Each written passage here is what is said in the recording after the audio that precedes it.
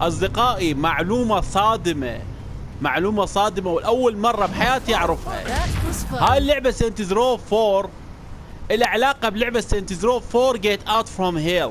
يعني الشخصية اللي تسويها بهاي اللعبة هي نفس الشخصية تصير بجزء الاخ.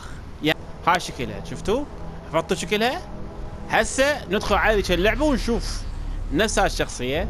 ندخل على اللعبة ذيك اللعبة ونشوف منو يطلع باللعبة. هي نفس هاي البنية بس بدون حمرة. هاي فرق.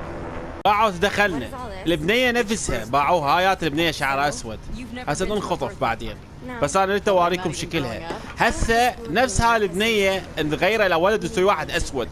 هنشوف يقدر يغير الشخصية لو لا. هسه نشوف. هسه وصلنا اصدقائي مكان تبديل الشخصية.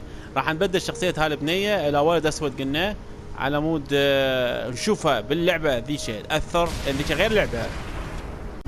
بدلنا شخصيته لهذا الاسود ولبسنا لبسه شي حلوة يعني زينة. هسه ندخل على اللعبة، نخزن اول شيء ونروح على اللعبة اللي ذيك نخزن هسه. هسه خزنا. هسه نروح على ذيك اللعبة ونشوف هل يا ترى الشخصية اسود يصير لو يبقى بنية يتأثر لو لا. هسه نشوف. هاي دخلنا باع اسود صار نفس الشخصية. قلت لكم هذا اسود، مسويته بدلت الاسود صار اسود. يعني ذيش اللعبة تغير شخصيتك، تلعب هاي اللعبة من جديد تتغير شخصية. هاي ما تلعب هاي طبعا الشخصية ما تقدر تلعب. بطل القصة ما تقدر تلعبه. تلعب ابنية كنزي وذاك الولد الله. اي شخصية تبدلها بذاك اللعبة. هاي معلومة ما ادري فيها، اكتشفتها بالصدفة. هتقولي بالصدفة.